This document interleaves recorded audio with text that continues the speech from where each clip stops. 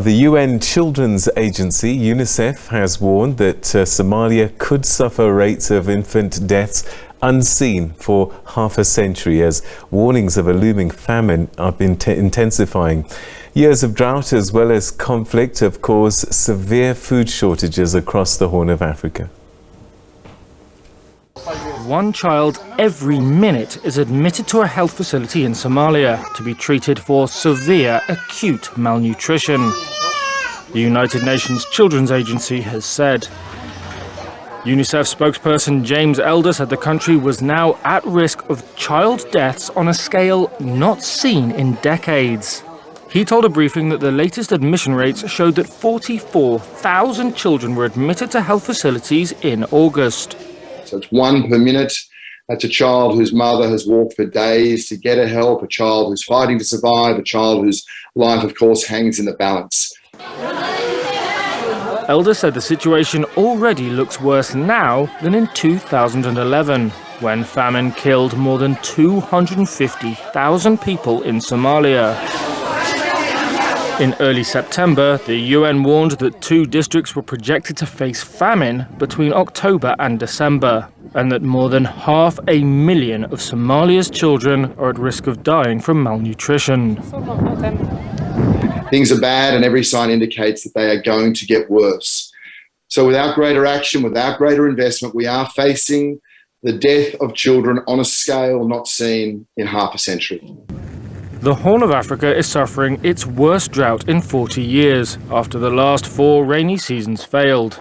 Elder said the 5th rainy season looks grim.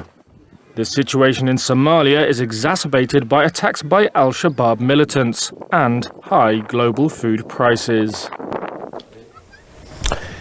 Well, for more on the situation in Somalia, we're now joined via Zoom by Somalia UNICEF representative Victor Chinyama. Thank you so much indeed, and welcome to the program.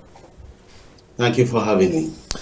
So we've been chatting about the drought, climatic conditions caused by climate change, I guess, and the worsening crisis there, but often it's children that are most vulnerable, and I guess this is what you're seeing on the ground.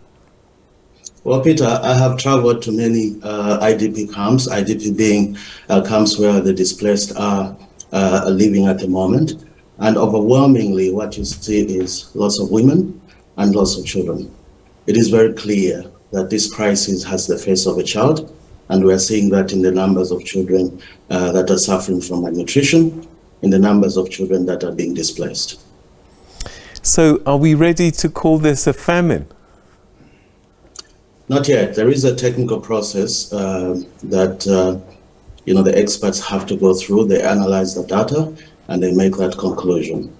At the moment, however, the conditions that we are seeing are worrisome, and we are not waiting for the declaration of a famine to come for us to scale up the response. What can be done in a situation like this? Well, immediately we need to find children with malnutrition and put them on treatment. That is absolutely important. We have to save lives. Treat children who have malnutrition, ensure that you can provide safe and clean water, particularly to these communities that are displaced, because we know that when they don't have water, then the risk of diarrhea, of cholera is exacerbated. And oftentimes, that really is what leads to many people dying. The children that survive, some would say are the lucky ones, but I guess also when there is persistent malnutrition over a period of time, there can be long-term effects. Yes, I mean, it's obviously their health and well-being that is paramount, that is number one. But in addition to that, we worry about their long-term developmental effects, as you say. When I go to these camps, I see kids that wake up in the morning and have absolutely nothing to do. So they spend their whole day without anything to look forward to. Many, of course, have dropped out of school. And even before this crisis, Somalia had some of the lowest school enrollment rates already in the world. And so this situation has simply made it even worse because we have seen children dropping out. And we know that when they drop out, rarely do they ever come back to school. Which children, age-wise, are the most vulnerable from what you're seeing? Definitely below 5 years of age. And increasingly now we are also seeing between 0 and 2 years old, that there are more children in that age group that are being admitted for malnutrition. And that simply means that their mothers themselves as well are suffering from malnutrition. And typically these mothers will be breastfeeding the babies, but now they're not even able to do that. And so we see equally a rise in malnutrition in the much younger cohort of children. But our worry is really from 0 to 5 years. And what are you bringing them in terms of nourishment? I know that there's some innovative products out there, bars that one can chew and eat. So there is a peanut paste that is includes vitamins, minerals, sugars that the children need in order to boost up their energy. This is called ready-to-use therapeutic food. This is what is generally given to children with severe acute malnutrition. And when it's administered to children over a 2-week period, those children should get better. But in addition to that, we give high-energy biscuits, and also we give food supplements as well for children who have moderate malnutrition, so that they also don't become severely malnourished. Are you having challenges getting enough aid and getting it to where it needs to go? Absolutely. I mean, we have been talking about this crisis from as far back as November last year. And the international community was rather slow in responding. It's only in the last couple of months that they have stepped up.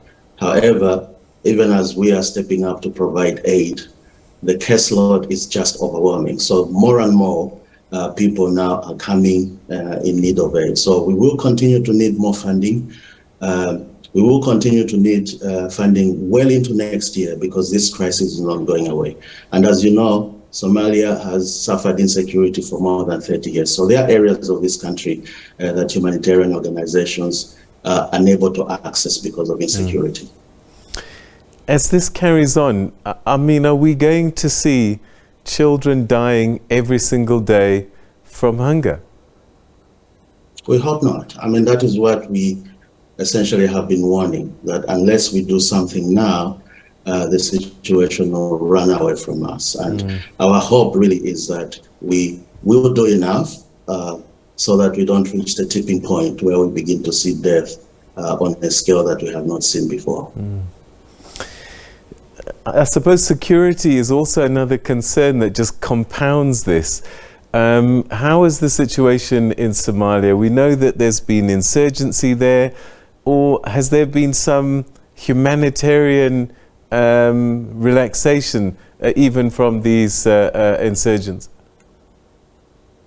No. I mean, insecurity remains a big issue in Somalia, and we have learned over the years to operate within that context. So we try whatever means possible to reach people where they are with the much needed aid. And as you know, in the last few months, the conflict has scaled up a little bit, rather complicating our work.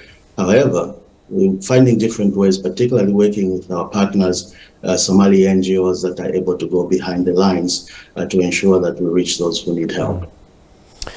Could any of this have been anticipated? I know we're seeing extreme conditions, but I've always seen Somalia as particularly vulnerable to droughts, and that this isn't a first time around.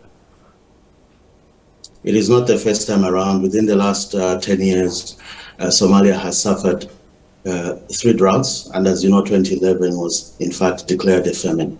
So the country is caught up in this spiral of droughts and floods.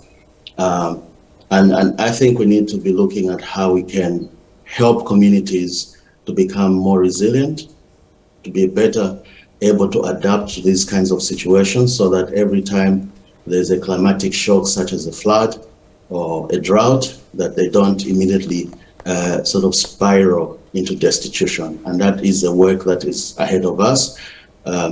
and particularly with our funding partners to ensure that they can provide funding for that long-term resilience work that is needed to help communities better cope.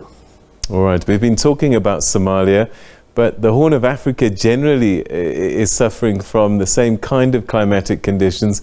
Are you seeing this problem of malnutrition spreading to other parts of the region?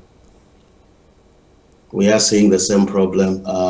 Basically, some areas of Kenya, particularly in the northern part, as well as Ethiopia in the southeast part, share the same ecological zone as Somalia.